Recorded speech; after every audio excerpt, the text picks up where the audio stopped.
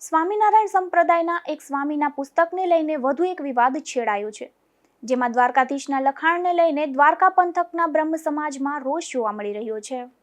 હાલ હમણાં સ્વામિનારાયણ સંપ્રદાયમાંથી એક પુસ્તક બહાર પડ્યું, શ્રીજી સંકલ્પ મૂર્તિ, અને એની અંદર વાર્તા નંબર 33 ની અંદર જણાવ્યું છે કે દ્વારકામાં ભગવાન ક્યાંથી અને દ્વારકામાં ભગવાન દ્વારકાધીશ હશે? શું વાત કરો છો? કેવી રીતના કઈ પ્રકારની માનસિકતા છે આપની કે તમે દ્વારકામાં દ્વારકાધીશ અને દ્વારકા ઉપરને તમારે સવાલ ઉઠાવો છો?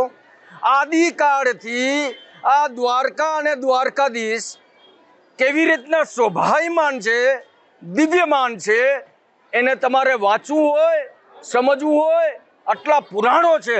સ્કંદ પુરાણમાં આવો અને આ પુરાણોને આક્રાંતાઓ, વિધર્મીઓ, અધર્મીઓએ ચણચેડા કરીને ઘણી બધી કોશિશ કરી.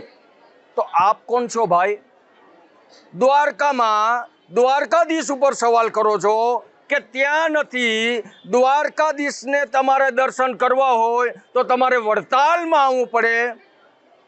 કઈ પ્રકારની માનસિકતા? આદિકાળથી દ્વારકાનાથ બિરાજમાન, માતા દેવકી 12 વર્ષ જેલમાં રહ્યા, એક પછી એક બાળકને મરતા જોયા, પછી કૃષ્ણ ગોકુળ છોડ્યું, ગોવર્ધન છોડ્યું, ગૌ માતા છોડી, ગોપીઓ છોડી અને દ્વારકામાં દ્વારકાધીશ રાજા બન્યા. યુતિ, નીતિ, રણનીતિ અને રાજનીતિ અને દ્વારકાથી જ અધર્મની ખિલાફ કેમ ધર્મની સ્થાપના કરવી આ આખું જગત જાણે છે. આખું જગત જાણે છે. અને તમે કંઈક નવી વાર્તા લઈને આવ્યા. હવે એ નવી વાર્તાની અંદર તમે એમ કહો છો કે તમારે દ્વારકાધીશના દર્શન કરવા હોય તો વડતાલ આવવું પડે. આ સ્થિતિ પરિસ્થિતિ કેવી રીતના સમજી શકાશે?